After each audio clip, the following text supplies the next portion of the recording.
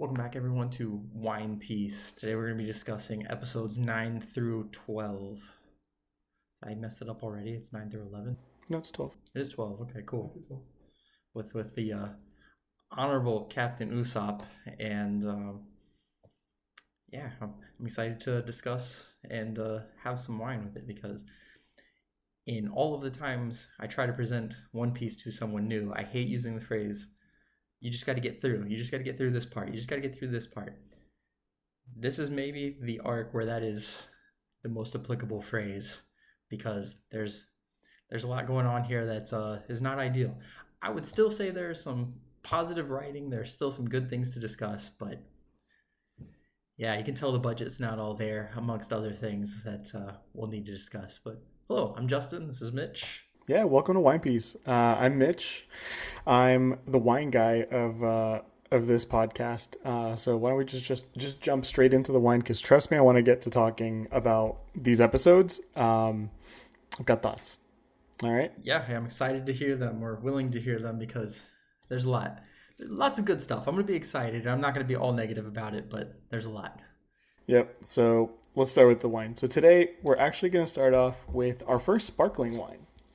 All right, so this is going to be the Chanceny Crémant de Loire Brut. It's a non-vintage. We'll get into what all of that means. I know I just threw a bunch of words at you, and almost all of them were in French. Okay, so what we need to know. First, this is a sparkling white wine. So white wine, obviously you know what that means. You know what a white wine looks like. Sparkling, that it's bubbly. This is a Crémant de Loire, which is a type of sparkling wine from France. You've probably heard the meme, only wine made in the Champagne region of France can be called champagne. Everything else is sparkling wine. And you've probably heard that with other things, other formats. But it is true. We talked about appellations before, right? How we can categorize a couple of episodes ago. Just categorizing wine based off of geographical regions. And that also often tells you how you can make a wine, right? Champagne is that. It's a wine made in the Champagne style from Champagne. In this case, with Crémant, you have a similar vibe. It's similar to Champagne, but it made in other places. The most important thing about sparkling wine, though, is the method. Okay? There's a couple of different ways that you can make sparkling wine. This one is made using what's known as the Champagne method or the traditional method, or méthode traditionnelle. Basically, what you do is you make a wine that's dry. Dry means that there's no perceptible sugar left in the wine. Okay, so you make a dry wine. Then you're going to add sugar and yeast. Yeast is what ferments things into alcohol, but yeast can also makes another byproduct, and that byproduct is carbon dioxide.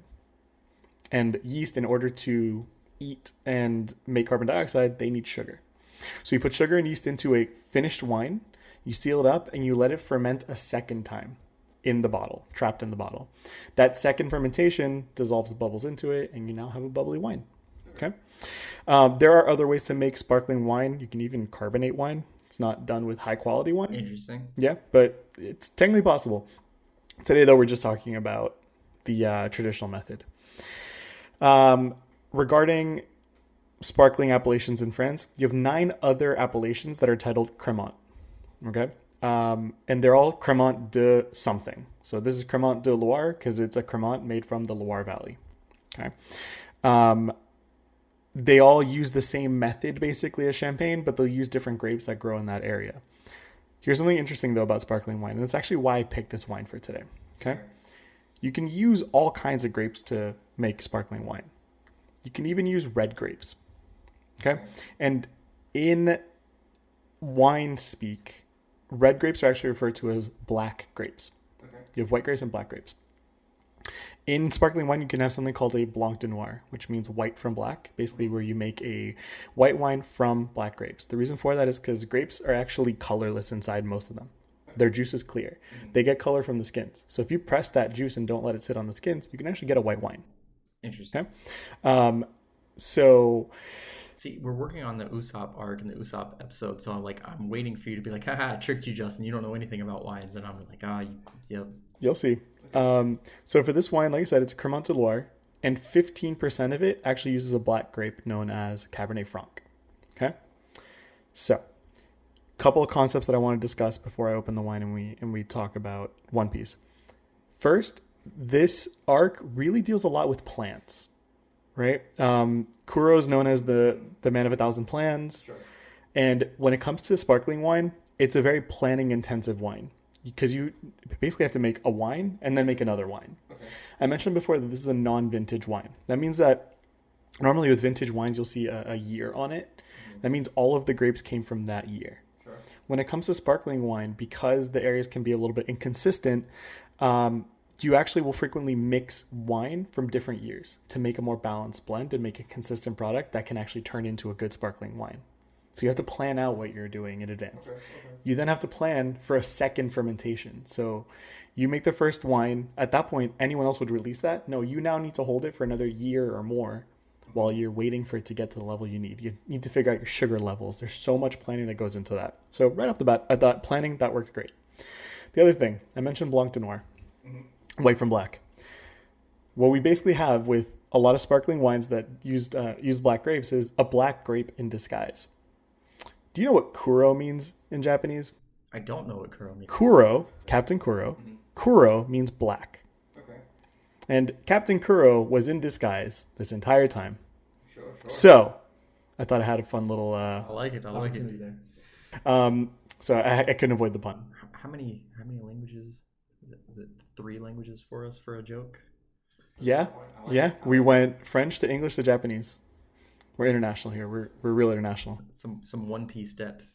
All right. So now, honestly, though, the most important part, if nothing else, if none of you get anything else from this video, I want people to understand how to properly open a bottle of sparkling wine. People love to see the bubbles pop and everything, but the truth is that sparkling wine can actually be a little bit dangerous. There's a lot of pressure in this bottle, and opening it incorrectly can lead to you poking an eye out or hurting somebody else. So I think it's that's why we're recording, so everyone can see it. So it's important for everyone to see it, and I'll hold it in front of the camera so you can see that. Before we do that, I do want to give a quick shout out. Please. All right. This goes out to you, Joe. I said I was going to mention the sparkling wine, but I didn't tell you I was going to give you a shout out. But this one goes out to you, Joe. All right. Let's pop this open, okay? Right.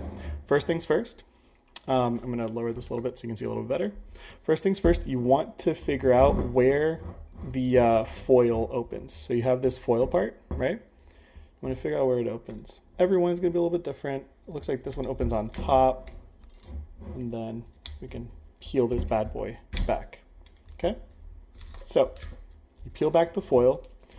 When you peel back the foil, you're going to find a cork and a cage. You see this metal part? If you can't see it, it has a metal wrapping around it.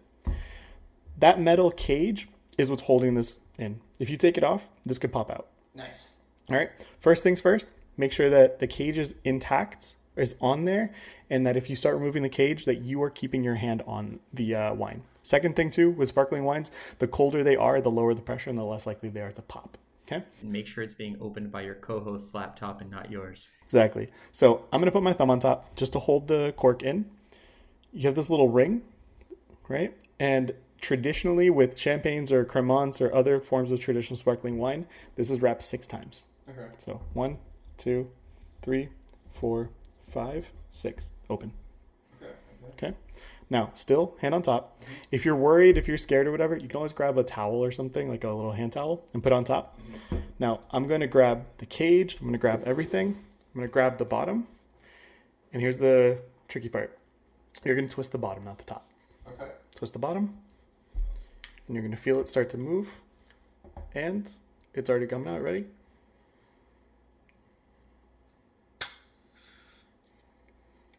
Expertly done. You have sparkling wine. Would you like some now? Of course. All right, here you go.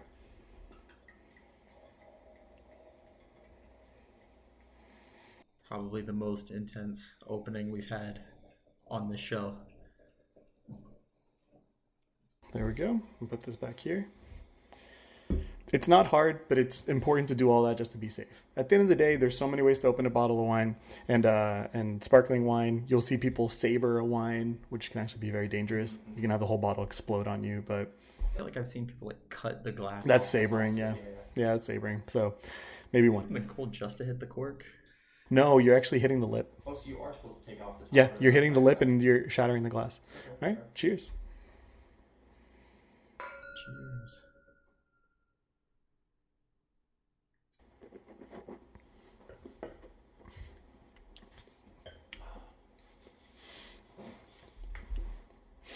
Yeah, it's delicious, of course.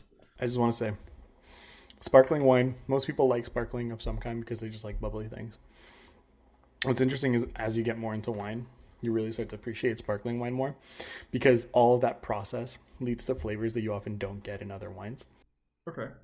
So like on their own, without knowing anything about wine, they taste great. Sure. Once you know more about wine, they taste fascinating. And like there's very few wines out there that are so consistently going to please everybody other than sparkling wine. If nothing else, if you know nothing else, you're going somewhere, just get something bubbly. People will be happy. Well, it's like athletes and their appreciation for a sport. Like you can think that someone hitting a baseball is impressive, but when you've been training for years and years and you see like the intricacies of like where to stand, how to hold your hips, how to hold your elbows, and hitting a 95-mile-per-hour fastball, it's even more impressive. I'll take that opportunity. I'll take that layup that you just gave me, the alley-oop that you set up for me, to say I've been experiencing this a lot recently because Lionel Messi just moved to South Florida, and we're in Florida. Went from baseball to basketball to soccer just like that. Yep. And one of my favorite things has been seeing people who know nothing about soccer, watching him play for Inter Miami and being like, how is this guy real? I'm like, exactly. That's what it's been like for years. Anyway, all right, let's get started. You want to start it off, or if not? Because you know what? No, I'm going to jump in here and say I need to start this off. Please. We've been talking about this, and I have to rant. I'm going to interrupt, but probably... Nope, you're going to let me rant briefly. I'm going to try. I need to get this out of here. Before we get into all the details about everything, what in the PowerPoint animation is going on here? Because... Yep. I know we've talked about how like, oh, the animation isn't great. And I was expecting maybe something like old school Dragon Ball or something where, it's not ideal, but no. I'm talking static images being moved PowerPoint style. I'm talking inconsistent things not tracking correctly. I don't get it. And here's more reason why I don't get it. My initial thought is, okay, fine, but it's an older anime. It can't, we can maybe have some flexibility. This anime came out, I checked, I looked it up, October 20th, 1999. Sure. Cowboy Bebop, one of my favorite anime of all time, came out a year before this, okay? Dragon Ball Z had come out before this and were better animated. Naruto came out 29 days before this. They're both Shonen Jump properties that are popular, that are supposed to have budgets behind them. It did not. Is there something that I'm missing, or were they just like, nah, people aren't going to like this thing, so we're not going to put money into it? All I can think of is that the animators were kind of like me in the sense of like, we love this property. I don't want to do this. We're going to move on here. Here's one still shot. Voice actors get to work. You're going to be doing all of the selling point of this. They're doing all the lifting. Well, in some of the shots, it's not even a PowerPoint shot. It's not like it's one like well-drawn picture. It's kind of a vaguely grayed white background with an odd film texture on top of it, and then also isn't super interesting. So yeah, like I said, I'm not one to be like, oh, listen, what you're seeing is actually really good, even though you think it's not. No, this is one of those places where the budget's dropped off, and if you try to tell someone that no, actually it's great, you're lying. As we go on, I'll mention some stuff that I just found particularly insulting. Sure. But I just had to get that rant out there because legitimately I started looking at the timeline of like what are other anime that came out in the same season. The Big O. Do you remember the Big O? Big O? That came out. I don't know. I found other anime. I'm just like, there's clearly you have good animation here, and this is a Shonen Jump property. Wasn't it already one of the big three at this point? You don't even have to look at like the 90s though. I mean, Disney movies from the 60s, the 50s, like they were already better animated at that point. So the ability to do more was there. It just had to be some kind of budgetary thing. It's the strangest thing to try to present to someone. This is the greatest thing ever. Also, there are a few episodes that aren't really episodes. It's more like a podcast for 5 or 10 minutes in an episode where you have one voice actor telling you the whole story in the background, but you're not really looking at anything. All right. Well, I'll accept that. Luckily, I was still able to watch everything and take notes and do my normal stuff. In some ways, I could almost say it was easier to take notes this time because there were little pauses in the episode. I just wanted to look down at my computer to not look up at what I was watching. But anyway, before I go off into my stuff, how would you like to open this up? Do you have thoughts? I know you have lots of thoughts. I have lots of thoughts, and I'll complain about this arc for the same reasons that someone new to it would complain. However, I think there is a level of attention to detail, particularly in the plot, in the plan of Kuro, in the kind of duality of liars between Usopp and Kuro that are like it's very well done. It's very smart. It's just kind of overshadowed by the fact that this is a show you watch on TV and the visuals are not great. So I will probably talk about the characters, talk about the plans. There are lots of positives. There's lots to take away as far as good writing. But I really want to try to have a more positive foil to your this was rough, but it's going to be hit or miss, I suppose.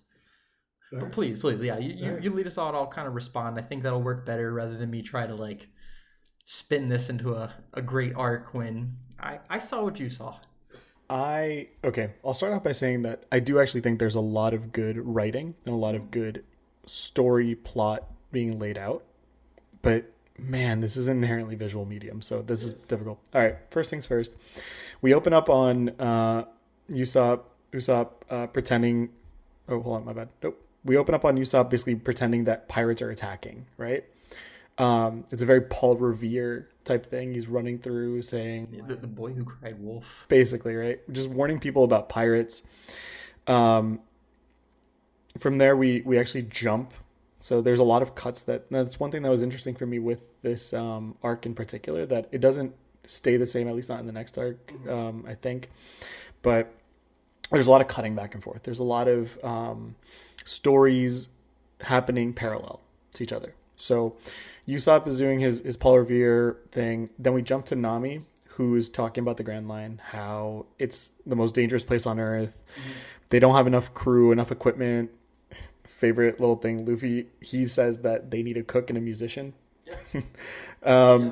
Fair enough. He needs food and fun, right? Very important. Pirate life. That's what it's all about. From there, we jump back to Usopp, and I love. Yeah, definitely Usopp. This Usopp thing's killing me. So we jump back to Usopp, and he obviously has he's crying wolf. What I like is that he then gets excited about getting chased. Mm-hmm. So that just, I don't know why that was a little heartwarming thing. Couple of details. He has kind of a Pinocchio nose. I think it's a cool little element. He mentions another job well done today. I sent the wind of excitement into this boring village. So we get a little bit of a motivation, right? He's looking to bring a little bit of excitement into this boring place. There was a lot about this episode that reminded me of France, about French things. And I'll mention some of the other ones later. But one of the things that it reminded me French related, not directly French though, is Beauty and the Beast, the opening to it. The opening song to Beauty and the Beast, it says little town full of little people waking up to say, and it's like this boring village, and then all of a sudden it gets excited. Small detail again, second time I'm mentioning Japanese here, but USO, first part of Usopp, means lie in Japanese. Yep. So that part I'm familiar with. Yeah, I mean, and then the play off of Aesop's Fables. There's a lot going on with everything about Usopp is a lie. It's great. It's good. It's so good. I'll save this one for later because it's maybe a little bit more relevant later, but there's actually a couple of different stories that factor in, right? We have Aesop's Fables. We have somebody who likes to tell stories, right? You have the Pinocchio nose. And I'll drop this now, but I'll pick it up later on. There's also an interesting intertext with Cyrano de Bergerac. We'll get into that later. I was going to say, I didn't elaborate. Nope, we'll have to do it later. Because it makes more sense later on.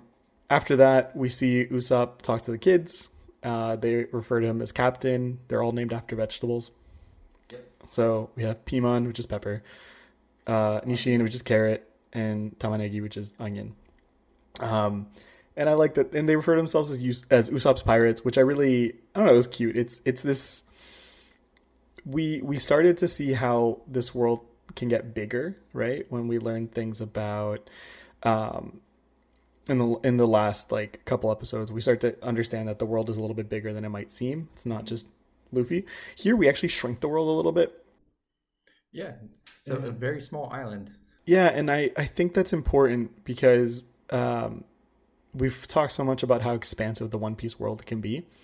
I think it's important that they're taking time to give detail to such a small place, and to give background. We mentioned with Zoro that it took us 3 episodes to get Zoro into the crew, where in another anime that would be resolved very quickly. This arc is paced much longer before we get, Usopp joining the crew, but also we're allowed these moments to hear these kids talk about being in Usopp's Pirates, and we have these 4 named characters that so far are completely brand new, right? But then we get our first intro to probably what seems to be the defining characteristic of Usopp. He lies, and he's a coward.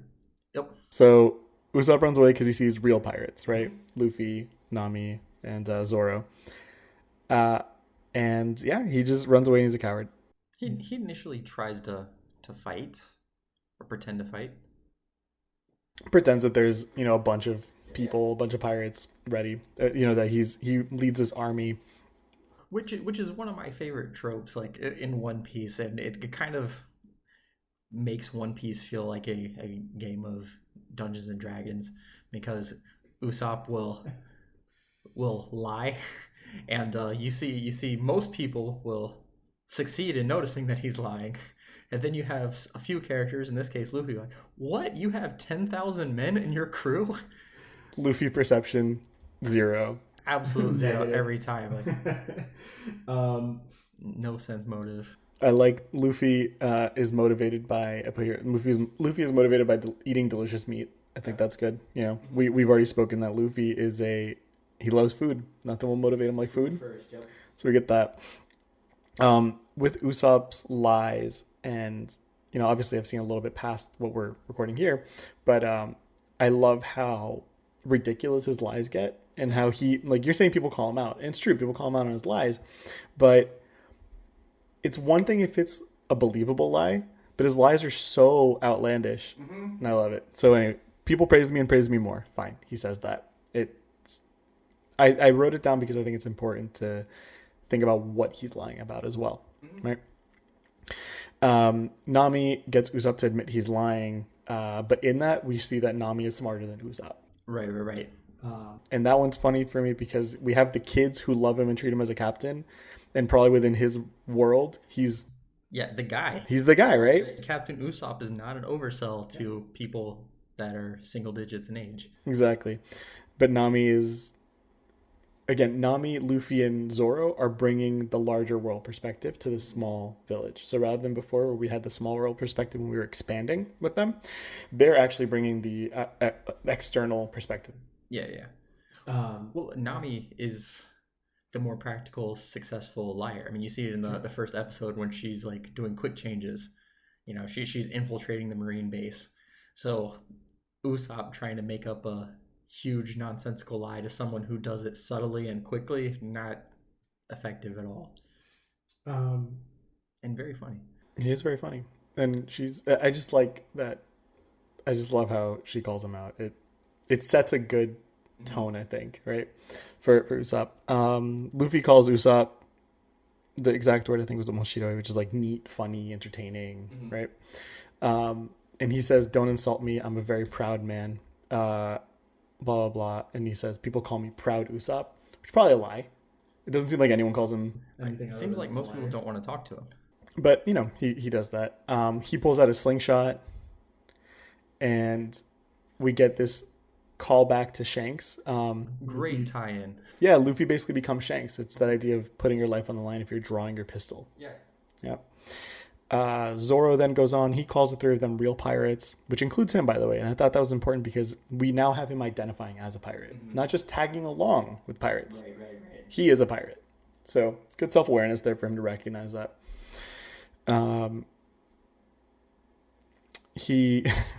Luffy admits to stealing lines from Shanks, and we get some surprise from Usopp that Luffy knows red-haired Shanks, and this is where we learn a little bit more about Yasopp, Usopp's dad. And We also get that apparently, like, it looks like Luffy knows him as well, Yeah. which makes sense if he's connected to Shanks. And then we get a flashback or some information that Luffy did meet him on Shanks' ship when he was a kid. Yasop was a sharpshooter, which is cool now. Usopp uses his slingshot. Um, Well, and it's one of the cool things that One Piece tends to do, and it happens a couple of times in this arc, is you get some kind of introduction to a character before you know anything about that character. So in this case, we got Yasop in the first few episodes, and all we know of Yasop is he's got a headband that says Yasop on it, but that's it. Nobody interacts with him really, not to an extent where you get like character from him. But we do know that he's in the same place at the same time as Luffy. So when this reveal comes up, it's not shocking because we have seen Yasop. That name seems suspiciously like Usopp, and so it all kind of like fits together in a way that you're like, oh, okay, that was set up before. It's not a surprise reveal, but it's also something that kind of lends itself to this idea of the world is moving, even if it's not the forefront of the conversation. there's also just a small detail, but again, I'm paying attention to a bunch of little things. And this one became particularly relevant because of how angry I was at the just general level of animation and stuff. The subtitle spells Yasop with one S. The headband has two S's. Right. So just I don't know. From there we cut to the huge mansion on top of the hill where Kaya is there. We see that there's guards outside the mansion. They're in suits. We see Kaya in the mansion. She wants to see Usopp, but she's not allowed, and she's sickly.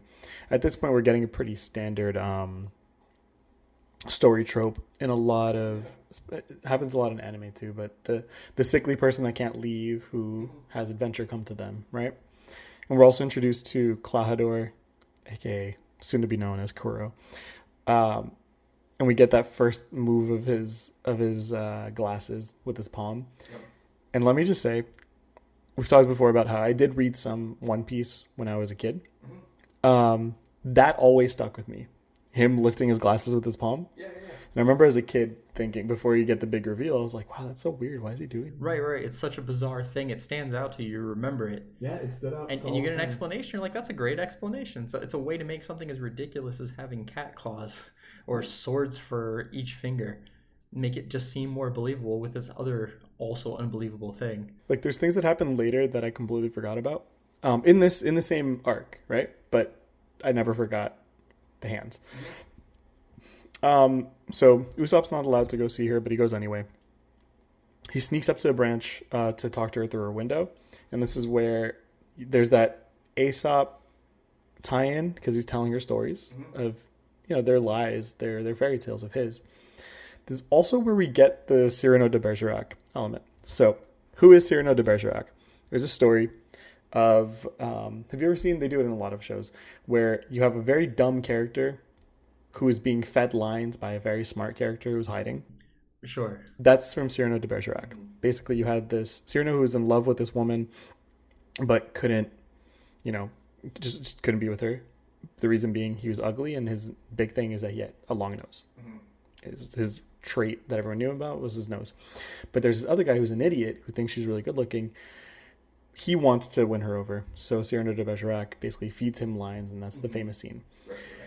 This reminded me of that, partially because of the long nose, but also because of that concept of using words to not attract, but using words as the primary medium of attention for this other person that is in a way forbidden, and the long nose thing. Also, the town just seems very Central European coded, very fairy tale, anything French, German, take your pick, right? Straw hut houses and stuff like that. Or straw roof houses and all that. It's funny that we jump to the kids and they're really proud of Usopp's lying. They're seeing like the positive effect. They've got a little bit of rebellion against the adults, their parents. So like him having an effect is like them having power to have some kind of effect through him. They also see Usopp doing good things for Kaya. Like you have a girl who's sick for some reason, and he's making an effort to make her happy. Like, it's a very endearing trait and someone that they look up to. It's understandable. Yeah. They also like all of his bad qualities. So in order, Carrot likes his meddling side, Pepper likes his bossy side, and Onion likes his exaggerating side. So you know what? Fine. But they love it. It's endearing though. I didn't read too much into it. I think it's funny that you have these kids that, because of their limited context of this world, he's their captain. So they're just like, whatever he does, that's cool. I feel like that's a normal kind of thing. Like, I can't remember specific names now, but I'm thinking like when I was that age, 6 to 8, anybody who is 11 to a teenager seemed larger than life. They seemed super cool just by essence of being older than me and seeming like they knew what was going on without actually being an adult. So I felt like that's something that makes sense just from a human perspective. Also, I don't know if they mentioned it, but Usopp, isn't he like 16 right now? 17? I think so. Somewhere between 15 and 17. Mm-hmm. Anyway, from there we jump back to the crew. Luffy, Gum Gum, something to infiltrate the mansion. He just says Gum Gum and stretches. Okay. It's basically Gum Gum Rocket, but no name. Right. And then just huge contrast. You have Usopp, who's just lying, and then Luffy just walks in. He's like, I want a ship. No time for lies. Pure, unadulterated honesty. No, Luffy's lies are the best when he tries. We also see Klahadore, and I don't know, he has some like decoration on his jacket, and they look like poops. They look like anime poops, like the spirally poop. They're like that's not the direction I would have thought for like lapels or collars or something. Yeah, and I don't know, like it's funny, it's quirky. I guess this is one of those times where you just accept that One Piece is gonna do random things. Yeah. I don't know what they're supposed to be. They never explain it, but they look like poop spirals. It's fashion. You're not up on Butler fashion in a fake world from 20 years ago. Come on. And then we top tier. Then the end of the episode, we get. They don't tell us who he is there, but we know already. It's Django. Looks like Michael Jackson. Enters moonwalking, and a little bit of Steven Tyler. A little bit, but it really is. No, I mean, he's doing the moonwalk, so yeah, for sure. And just having the contradiction, or not the contradiction, the parallel, the side by side of Butler with poops on his jacket, followed by a weird guy moonwalking in. What a way to end an episode. Yeah, and coincidentally, that voice actor is fantastic and will come back for main characters multiple times throughout the series. It's really funny. But yeah, from there honestly, there's not too much else there. We get the introduction to all of that, but next episode starts right where this one left off. Just me being nitpicky, but I know you and I both have things that little pet peeves about language, right? One of the ones that always kills me when somebody says blah blah blah a.m. in the morning. Like 8 a.m. in the morning, yeah. So the redundancy. Yeah, so Klahadore says breaking in here without permission. I'm like, is there any way to break in with permission? Like, I don't know. I locked my keys inside. You're stronger than I am. Can you break in? You have my permission. Fair. That works, right? Or setting up hackers, right? Is that their job? You basically tell them to break into your stuff. Mm-hmm. There you go. All right. So either way, they broke in without permission. We find out that Klahadore is anti-pirate, strictly anti-pirate, and Luffy notices that. Mm-hmm. Anti-pirate. So yeah. But Usopp is actually very proud of the fact that Yasab is a pirate. Says that he's proud that he was a brave warrior of the sea. That's an interesting spin. I think that's the first time we've heard pirates spoken about in that sense. We've just heard them as pirates without a lot of embellishment so far. Okay. They've mostly just been pirates, and whether somebody likes them or not. But now we have somebody who is embellishing a bit and giving them some more context, some more gravitas. Because like with Luffy and Kobe, we got a little bit of Luffy being like, "Oh, no, pirates are great. I'm going to be a pirate." But that's just Luffy. Most of the other pirates we've seen have, at best, a middle-of-the-road morality. I mean, Shanks, we're not really seeing him pirating except for taking out bandits, which I guess is a good thing. It does save Luffy. Yep. We end up getting some more background into Klahadore. We find out that Kaya's dad saved him and accepted him in and gave him a job.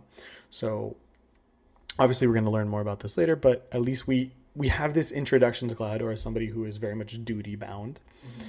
And what's interesting about that is it helps soften initially the feelings you might have where, okay, he's pushing back against Usopp and against kids having fun, but he's coming from a good place. Mm-hmm. And then you immediately find out that is not true. Right. He has this like aura of being a parental figure. Yeah. Or at least that's the aura he's trying to present. From there we get Django. We find out that he is a hypnotist. He frequently hypnotizes himself. Both an excellent hypnotist and a terrible hypnotist. Yeah. He's so good. It's like when somebody's like, "You're such a good liar, you could lie to yourself." Right. That's him, right? We find out that Django was hired by Clahador for the quote the rich girl assassination plan, mm-hmm. where the idea is they're trying to make it look like an accident. That Kaya will die, right? They're going to assassinate her, make it look like an accident.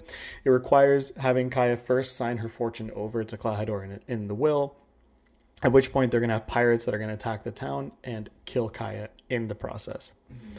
And this is where we find out that Clahador is Captain Kuro, the man of 1,000 plans, or of 100 plans, or man of a lot of plans. Okay. Sure. Who knows? And we get some more context into the fact that he had actually set up a subordinate to die for him. We get this whole background into all of that, so that everyone thinks he was executed. Mm-hmm. So did you see who captured the subordinate? Wasn't the Navy? It was the Navy, but this is one of those things that only comes out from having someone who's watched too many times or read and whatever else. You notice that he saves one Marine. And that Marine is blonde, and then Kuro, after he keeps that Marine alive, he stomps on that Marine's jaw. So we know that there's a broken jaw who captures Kuro, the most dangerous. So it's Axe-Hand Morgan. So it's Axe-Hand Morgan. So effectively, Axe-Hand Morgan is there, having had success because Captain Kuro put him in that position. Look at that. Yeah, it's very cool. If you watch it again, you'd be like, "Oh, that's Axe-Hand Morgan that doesn't look like he's been destroyed yet." I'll go check it out. That was all right. There you go. I like it. Usopp hears all of this, by the way, all of Captain Kuro's stuff, which has another interplay. We've spoken before about how the lines will be blurred in a lot of ways on who's a good guy, who's a bad guy. And the traits are going to be switched around, right? So Usopp, his traits are, a lot of them, inherently bad. In the sense that he's a liar. They're bad, yeah. He's a liar. He's manipulating others. We've talked about how a lot of what we see as negative from the point of view of Luffy, but also from the Navy and stuff, is this this tyranny and lack of freedom for others, right? And if we go back to the things that the kids say, he meddles, he's bossy, and exaggerates, right? So he's doing all of these things where he's in control. He's trying to keep control and change all of that. But now we have Usopp, who is basically a good guy by default, by virtue of being opposed to the bad guy, because even if what he does is bad, we can definitely recognize that Captain Kuro's plan is much worse. Sure. Right? Usopp does little things. Captain Kuro wants to kill a girl and steal her fortune. Mm-hmm. So he's set up as a good guy despite his negative things because of his desire and motivation. His motivations are good, so he's fine. Mm-hmm. It also gives us context that Captain Kuro is said to be the smartest and most brutal pirate of all. So again, we're being given, before we see why, we're being given this sort of tiered list of where he ranks. Sure. I would even add to it, we have Usopp's negative traits. Rather than being negative, they're almost like his weapon. They're his sword. Zoro has his swords. Usopp has his lies. Zoro tends to go up against other swordsmen because he has swords. Usopp's first villain is also a liar. So effectively, you have the two liars in contrast. The lying isn't so much the negative trait, it's how you use it, just like it's a weapon. Usopp wants to become a brave warrior of the sea, so he's lying eventually so he can leave. Kuro is lying so he can stay. Usopp is lying to Kaya to make her life better. Kuro is lying to Kaya to kill her. Um, even silly things. Usopp is lying about having a giant crew. Uh, Klahadore is lying about having no one. He's all alone, except he has a giant crew.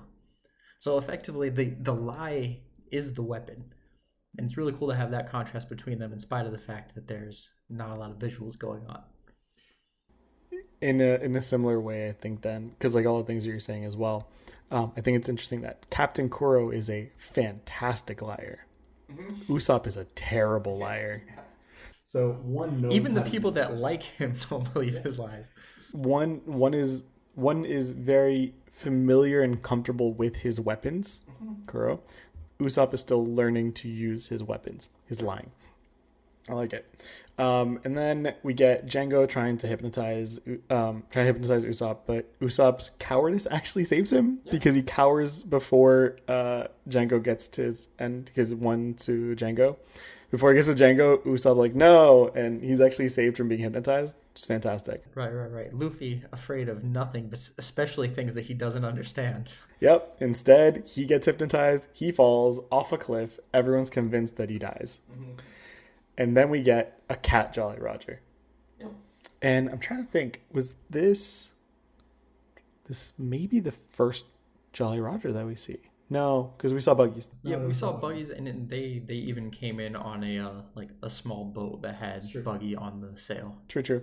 So yeah, but we got a cat Jolly Roger. But I like that cat Jolly Roger because it's less, as of now, we don't have a reference for it yet. Mm-hmm. We'll know why, right? But it's not like Buggies where the first time you see Buggy, then you see Jolly, oh, you get it, right? Because we haven't seen anything. We haven't seen Clawadore's claws. We haven't. Django doesn't look cat-ish at all. Yep. We go into the next episode, and we actually start with a recap. The recap is rough. I'm gonna be honest. There's sound issues. Animation's rough. There's just recaps are rough. It's rough. No. There's other recaps that are fine. Oh no, but I mean in this arc there's it's not just one. This is where I started skipping recaps. Mm-hmm. It was rough. Anyway, but we finally get Usopp finally has a chance and to actually tell people pirates are coming, and it's that boy who cries wolf. Absolutely, it is. Here's the thing: not only does he tell fairy tales, though, he's in a fairy tale, right? He is the boy who cries wolf. Yeah. He is Cyrano de Bergerac. He is simultaneously tell stories and is in. He is stories. Pinocchio. He is Pinocchio, right? And of course, the townsfolk don't believe him. To make it worse, they compare him to Klahadore, saying that he should be like Klahadore, and just that little bit of dramatic irony. Well, it's one of the funny things too. Before Usopp leaves, Django is talking to Klahadore. It's like, so shouldn't we kill him? Whatever. Nobody's gonna believe him anyways. He lies about everything. It's fine. Let him tell all of them. It's fine. Yep. And that's exactly what happens. Just a small detail that I put in here, and this is more me being curious if this is just an aesthetic quirk that they tried to do, or if maybe I'm missing something. There's the other servant butler person comes in and brings Klahadore the glasses, right? And they're Kaya. She made some glasses for Klahadore because she saw that his would always slip. Mary. Yeah, Mary. Mm-hmm. The Go Mary later, right? So she brings him the glasses. Why does he look like a sheep? Why can people turn into rubber? So you're asking a question that there may be an answer to, and I could fan theory, but not in a way that's not spoilery. Okay, so we're gonna leave it there. So let's say hypothetically there is an answer. There's not one that I could give you for free, like without being like, oh yeah, in episode 700, there's this other thing that could like allude to why that's the case. It could be a fashion choice. Think about the guy from Buggy's crew that had the lion. I can't think of his name off the top of my head. The lion tamer one. But he said his hair was just like that. Okay. So I would go with that. All right, quirky character. It's the One Piece aesthetic. Quirky aesthetic. We got it. All right, that works. And then he gets the glasses. Fine. We have Luffy jump to Luffy. who's worried about the meat shop guy closing up because his primary directive right now is to go to the meat shop. And also, we now know that Luffy isn't dead. Yeah. So, just a little thing there. I was wondering if you were going to count that as a plot hole that Luffy fell off a giant cliff and didn't bounce. You got a basketball that drops. It's going to bounce a little bit. Well, hold on. This goes back to a question we asked before of, is Luffy at all times rubbery, or does he have to turn on the rubber? Right? So, we don't know. With this indicates that maybe Luffy is not at all times rubbery. But he didn't die, so he has to be rubbery. But Luffy also is just... He's super strong, yeah. There's nothing in his head to like die from. Like, he's incapable of having a concussion. Mm-hmm. So we have that in the Kaya escape then, because we do have Kaya escaping. We actually see that Usopp has some acrobatic and fighting abilities, right? While he's trying to basically get Kaya out, he fights the guards. He doesn't just fight the guards. He takes out more guards than Kuro does. Yeah. In the entire arc, Kuro takes out Mary. Yeah. Usopp takes out 3 guards. It's true. Like, quickly too. Like, for all of the grief we give Usopp, he gets 3 one-shots on guards with his slingshot. I was gonna say, in general, like, he's terrible with his lies, but he's great with his slingshot. Really we see it later. We have an 80s music cue that I thought was interesting when Kaya slaps Usopp. I'm starting to notice little different music cues for everybody. Yeah, the background music. Yeah. Because I would expect all the music to be consistent, but it hasn't been. Mm-hmm. So we've had, so far, hard rock metal type stuff for Zoro, as well as Japanese music for Zoro. Mm-hmm. We've had an 80s music cue in this one as they're amping up the melodrama. Mm-hmm. It makes it feel like soap opera-y. It's great. I wonder if it was royalty-free music at that point too. Like, we need some. We're at our limits for budget. What's something? All right, we'll try this. Man, if they're already at their limit for budget with how this looks so far, they were given like, here's food. Right. That's your pay. We get that the kids have an interesting outlook on Usopp's lies. They're fine with the lies as long as they don't hurt anybody. Mm-hmm. So we now also have a moral or a motivation or justification for things within this world. They also hold Usopp accountable. They work like an external conscience. Mm-hmm. I think that's really interesting, having the kids be that, because they're supposed to be the dumb kids who are just following their captain. Mm-hmm. But it also opens it up to something similar maybe with Luffy. And not that we've had that situation yet, but that does open up an interesting situation where, what if someone else has to be Luffy's external conscience, mm-hmm. right? We have this idea of a good captain who may not be the best in anything, Usopp, but he has the respect of his crew, and he listens to them to be his conscience. Mm-hmm. As I'm saying that, I am now thinking of something else, but I'm gonna have to save that. But I'm gonna put a little note here real quick. Okay. There we go. See, look at this. I'm already getting flashback. Tension's building. All right, what we got here? No, so and then we get to the resolve, and we talked about how characters have their resolves and their treasures. Usopp's is a little bit more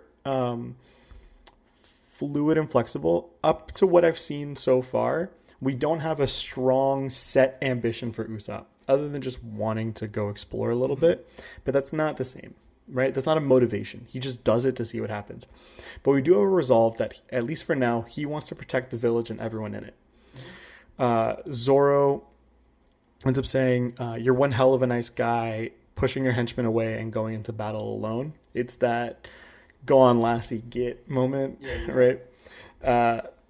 They think Usopp is honorable.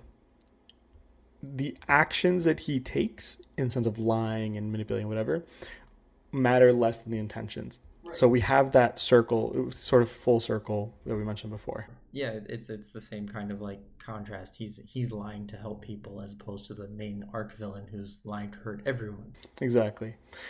And I like that approach. This episode I went through really quick. There wasn't too much really. Mm-hmm. But we're going into what I think is a bit more of an interesting episode before we get into that, because we're going to go into Usopp strategizing and everything. Mm-hmm. I've heard a lot about people having thoughts about Usopp. Yeah. And I get it. But so far, I very much like Usopp as a written character, right? I don't want to say I love everything he does, but I like what they're doing with Usopp. I think it's really easy in an anime, in any anime, to just have everybody be a Superman, everybody be crazy superhero, right? Luffy's not scared of anything and is bulletproof. Zoro, who is a crazy strong swordsman and everything, right? Nami, who is extremely smart and able to just get out of situations. But no one really looks at things with fear. Or if they do, they immediately think of action. How can I take care of this? Right. How can I exert control, exert power back on this? And that's not Usopp. No, Usopp is terrified about everything and has no reaction other than bad ones. And rightfully so. All things considered, the things that he's scared of are scary. There's this world-renowned pirate that's coming to kill everyone with a giant pirate crew that has also killed lots of people. Scary. That's a very human reaction to that. There's a rubber man. That's scary if you don't have a lot of experience with superpowers. I would flip out. Usopp is the human analog there, and I think a lot of disdain for Usopp is going to come about from him not being as seemingly competent or strong as the others, but he's probably one of the more accurate human depictions in a world full of superheroes. Yeah, I think they do a great job there too. Going back to that idea of he's in a small town that nothing happens. Mm-hmm. It wouldn't make sense for him to all of a sudden then be this ready-made hero, right? Yeah. He's from a town that nothing happens, where he pretends that pirates are coming to make things exciting because it's so ridiculous. Yeah. That could never happen. So it's the same reason why someone might go to a haunted house or do a kind of like horror movie. There's safety in exploring that because you know that it's not real. As soon as it becomes real, it is much less fun. Like watching a movie about an axe murderer. Okay, it's a movie. You're relatively safe. Having someone charge at you with an axe is not fun. You should be scared, like Usopp. Yeah. And so yeah, he's a great character in that respect of being this kind of voice of reality amidst a crew of completely unrealistic, as far as like strength and ability, characters. Yep. So then we go to the next episode where we find out that Usopp is a strategist. He is coming up with a strategy for, fighting the pirates and defending everyone, which I think this is maybe a key point where he differentiates himself from Nami. They're both liars and deceivers, but we haven't really seen Nami create comprehensive strategies yet, rather than design escape plans, if that makes sense. Nami's a solo act. Yeah. And even up to this point, like she's there because it's beneficial to her. Usopp has his friends. Like Usopp has always wanted to be a part of a larger group, and so that's a big part of the distinction in their characters. Is Nami is very, very smart, but would have no experience working in a group if she's always, stealing from pirates. There's also a second element to it, which is the approach, where when Usopp sees something, as soon as he gets over his fear, his first thought is to come up with an approach and a strategy. Nami, from what I've seen so far, seems to be a lot more instinctive, if that makes sense. Not that she doesn't think things through. She definitely does. She has plans that she lays out and then carries them out. But we don't see her coming up with strategies. We see her executing strategies. She's quick on her feet and she knows her priorities. And we kind of learn about her from how she handles those priorities. And I'm thinking back to even the interaction with Buggy, where at first she's just like, oh, cool. I don't know you, Luffy. You're my boss, right? All right, this is my boss, everyone. Take him. All right, you take care. I'm out of here. And then she realizes, oh, okay, now I'm becoming a pirate if I'm actually getting someone else killed. So you see her react quickly based off of her priorities, but then her morality kind of alters that on occasion too. Usopp's priorities, I think instinctually, are himself, but then when he thinks about it, it's other people. It's when he gets that extra second. And so it's just a very different approach based off of their backgrounds that is surprisingly consistent, even though they're like intersected. I think it also speaks to how we mentioned that Usopp is actually a very bad liar. And he's a bad liar largely it looks like he's not good at improvising stuff. Mhm. Even if you look at his choice of weapon, which is a slingshot, right? It's a ranged weapon. It gives you a little more time Yeah. to figure it out. Mhm. You're not upfront and personal. So I just thought that was interesting how they're setting up Usopp. We cut to Klahadore shattering Kaya's glasses. And man, it's onigiri all over again. It's I know. What's up with these bad guys just like being mean by stomping stuff? I'm not a fan. I mean, but if it works, right? But this is realistically his first public act of villainy that we've seen, right? In front of Mary, he breaks these glasses. Everything else has been behind the scenes or with people that he's collaborating with. He then goes and attacks Mary, right? We think he's gonna. It looks like he kills Mary. We find out he didn't, but he brings out his blades, and this is where we get that introduction to Kuro, and we see why he moves the glass the way he does. He basically has cat claws.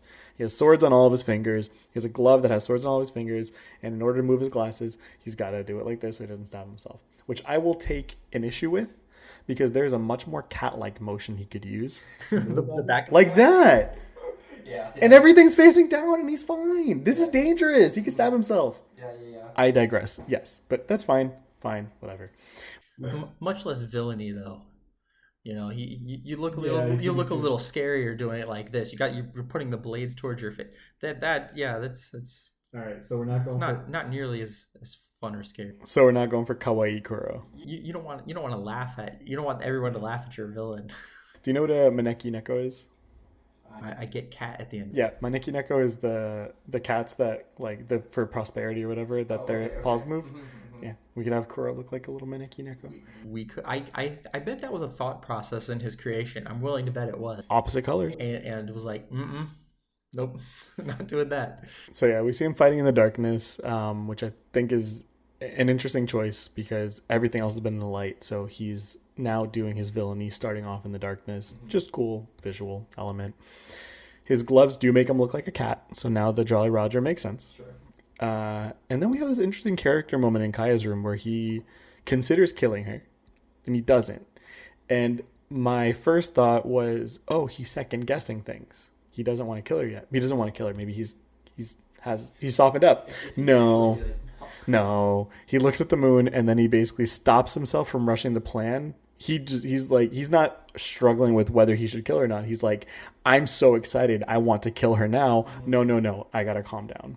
Right. So, keep to the plan. Very much the opposite spectrum. Yeah. We get a lot of weird character or camera angles in the two Kuro sequences, which I thought was interesting. A lot of Dutch angles, a lot of like angled things. So even though the animation for this entire section is just trash, they still are framing things well. At least they're still trying to do something. I think everyone that's a part of the project cares about it. There aren't a lot of times like where you get a show, I would guess, where you're a part of it and you're giving no tools and you're like, well, I'm just gonna phone it in. No, their name's on it. I think they still cared. I think everybody involved cared. I think the voice actors went as best they could. I think the director probably did too. So you do the best with what you have, and yeah, it's just one of those things. It's a little bit awkward when somebody says, "This is the greatest anime you'll ever see." You're like, "There's not even animation." PowerPoint. It's a PowerPoint. But yeah, so then we cut to the crew for the Black Cat crew, for Kuro's crew. They're all committed to the Black Cat aesthetic, and I'm pretty sure I said this with Buggy. This might be one of my favorite things about One Piece. They commit to aesthetics. Oh yeah, I love it. I want themed. In this one, I feel like they could have just bought in bulk the cat ears, and that's what they did, and everybody wore them. Like, I'm curious if it's something that they have to wear them all the time, or if they're like, all right, we're headed to a fight. You put on your cat ears now before we get started. I would like to believe that they are fully committed to the cat ears at all times. That in order to be in this crew, especially with the way Kuro is, there's no leniency. You commit fully or you do not commit at all. So that's where I lean on it. That's what I want to believe. I mean, they're putting their lives on the line for it, so they must have some kind of like unified belief. So I can go along with that. Yep.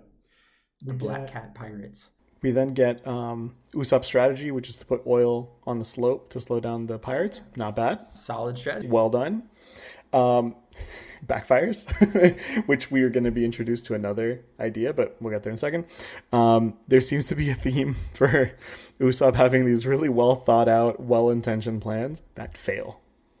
Well, there's also a pacing to all of the fights where you got to have the hero show up last. You got to have these like build-ups of tension, and sometimes you'll have something just be slowly paced. You'll have a character monologue for a really long time. You'll have a flash to somewhere else. You'll have cut scenes towards side characters that maybe aren't as important. No, we're gonna have something ridiculous that's gonna keep Zoro back for 3 more episodes. Zoro and Nami just stuck in this oil. I mean, I guess it's a little contrived, but it's done for fun. Like there's no other reason to do that except to think like Oda had to be like, this is really funny. You've got one of the strongest swordsmen in the world, and he's being tricked by his teammate. It's friendly fire.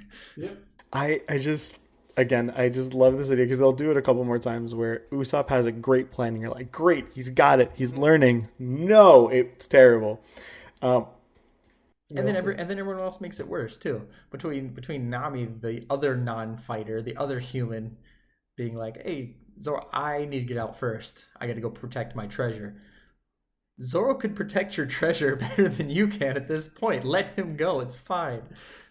But no, priorities. The priorities are there. Priority is money first, herself second. Got to get there. We mentioned how Zoro has this sort of big brother feel, and this makes it like all the little siblings just stepping all over him. Poor guy. So we then see that Luffy runs very fast. Or we think that he does, but like we think that he's running super, super fast because Usopp just completely loses track of him and where did Luffy go? Is he already there? No, Luffy's an idiot. He ran the wrong way because he was told to go north, and he's like, well, this is the colder direction. Right. Which, can I just say, it's dumb, but it does tell us that we have poles in the north and south. Or at least in the north. Right? The north is colder. And there's some argument as to which pole is colder. We know that, right? From the polar bears and stuff, whatever. But also... No, I mean in this world. Okay, got it. Well, no, I'm saying because Shanks and Buggy. Yeah, that's what I'm saying. But we also now know that if Luffy isn't a complete moron, which he is, but like... He's an incomplete moron? We know that they're in the northern hemisphere. If he's going to run north to go to cold things. Do you think Luffy knows enough to make that distinction? I think he knows enough. It's not that he knows necessarily. It could totally just be a stereotype he picked up. But that means that where he is, that's the stereotype. Okay. All right? I'd like to think that's fair. So we have that. Man, Luffy's fun. Luffy's just a fun little kid. We get some quick thinking where Usopp, his next plan, he offers the treasure from the Straw Hats to get the pirates to leave. Not his treasure, but it's a great idea, right? Like, hey, look, let's just get this out of the way, right? You pay, if you're getting mugged, you pay somebody. Like, you give them your money, right? No, it also fails. Because the villains in this case are like, or we could kill you and take the money anyways. Good idea, bad execution. So then we get a Caltrops plan, another well thought out one. So they have the Caltrops and like, okay, we can stop these pirates by throwing these Caltrops so they step on them and they don't go through. Worked out great, but then Nami messed it up because she threw them backwards too. So now there's Caltrops all around them. Yep. Great plan, screwed themselves over again. Yep. It's just the theme. Usopp, the man of if Kuro is the man of 1,000 plans, Usopp is the man of 1,000 failed plans. Yeah. So I'll take it. It's fun. We then get Usopp, who's injured and overpowered, but this is a good. He refuses to give up. He's like crawling. He's a coward, but he's willing to put his life on the line to save the town. So the town generally, Kaya specifically, and yeah, there's not a lot of like faking that. If you're in the place where you can take harm, even if you're a coward, you put yourself in that spot. And it was enough to get. It was enough basically to stall though. The way I phrased it in my notes was the brains were able to stall in time for the brawn. Yeah. Even though Usopp's individual plans all failed, having delay tactics worked. And they were able to get Zoro to come back. And then we get this villainous jazz musical cue as Captain Kuro, now fully as Captain Kuro, is upset that his crew is being late. And that's where the episode ends. Yeah. It's everything was set up. There was a long time to get there, but all of the pieces are in the right place where we can actually see some action, hopefully. Yeah, and I can appreciate it. I mean, this is where we end. This is episode 12. That's the last one for this recording, but I think they've they've set things up well. Again, the animation is trash. It's not even animation. But the writing is solid. Yeah, there's direction for it. Everything's logical. Even in the illogical actions, it still makes sense. It's still effectively told. The story is still effectively told. This is also... Both Kuro and Usopp are arguably the characters that have received the most amount of backstory up to this point. Right? Yeah.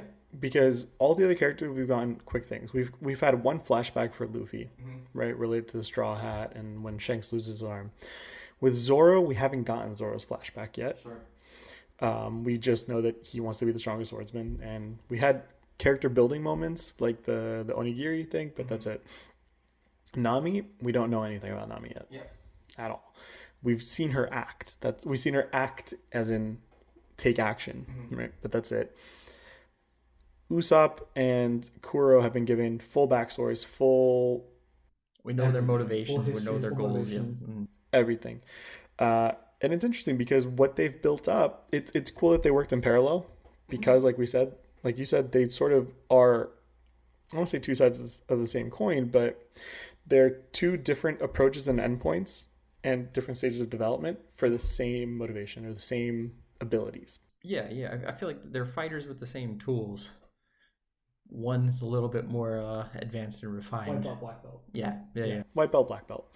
Coincidentally, white belts are the ones that will generally hurt you when you're just getting started. This is very true. In training, in competition, you bet on the black belt. But if in training, the white belt is going to be the one that flails and screws up your ankle for 6 weeks. Badly laid plans. You know. But yeah, so that's it for here. Any questions for you? For any questions that you have for me? Anything that I'm curious about for you. We got over the animation specifically. I think that's the gist. Do you feel like you're getting to address that fairly without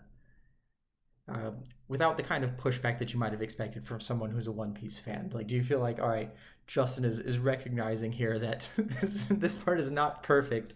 Is there something that you would like to address in relation to this kind of travesty of animation compared to, say, the build-up you've heard from me and others towards One Piece? Okay. I have you and one other person that I speak to about One Piece. Joe. Fairly frequently. And both of you have been very forthcoming about this. Joe has said before to me, like, oh, you haven't even gotten to the good animation yet. Like, you just need to keep watching until you get to the good animation. That's how he phrased it. And everybody's very reassuring about it. It blows your mind when they go from standard def to high def. Because you don't think about shows lasting that long, but you're like standard standard definition, and then bam, whoa, wait, what is this? This is even when they have far off shots where the faces are still kind of blurry, the backgrounds are all of a sudden much more crisp. The sound is much better. They don't just draw stick figures in the distance anymore? There are still some stick figures in the distance because they budget for the big action sequences. But that's normal for even things like Naruto. Like all of the big three have things like that. Maybe Bleach a little less so, but even Bleach has it a little bit. It kind of comes just from I believe it's called the simulcast, where they put out episodes almost 52 weeks of the year. They take a few off, but they budget for the big shots. However, it's less obnoxious as it is here. There's not any more sequences of PowerPoints, I believe, after this arc. We'll see. You can call me out on it when we get that far, but It's not as bad because Yeah. from what else I've seen, it's not as bad after this arc, but it's still not great. yeah, the funding picks up. Okay. I will say, other than that, I think I haven't heard too much about this section. This is interesting because I remember reading this. I remember this very much so. This left an impact on me when I read it in the manga. This was in large parts my real thoughts about One Piece. And what I mean by that isn't the animation, because it was the manga, right? It was the pacing and the way things work. The two things that I always remembered about reading it were Captain Kuro and I think his name is Bon Clay. Yeah. Swan ballerina guy. Okay. Those are the ones that stuck out to me, and they stuck out to me because they are crazy, outlandish characters that work. That work within the context, that do not diffuse tension, that are able to function and still drive a story as villains. So that's fine. So I can forgive the animation, but You don't need to. Like I don't. I think that's one of the things about a friend trying to get a new friend into One Piece is just be like, there are going to be things that aren't great. You acknowledge it. Absolutely, you're correct. That is an astute observation to say it's in a PowerPoint slide. Fair enough. Anything else? No, I'm good to go here. Well, thank you for joining us today. If you have any comments or anything you'd like to send our way, please do. If you're watching us on YouTube, put some comments down below. Justin will be reading them to make sure I don't get any spoilers. If you are listening to us on anything else, if you have a way to leave a review or a comment, please do. Other than that, make sure that you like, subscribe, follow, leave a comment, like I mentioned. Leave us reviews, 5-star reviews on any podcast apps. And we also have an Instagram and a TikTok now as well. So you can follow us on Wine Piece or Wine Piece Pod on either of those. Other than that, see you soon. Talk to you soon. Yeah, thank you.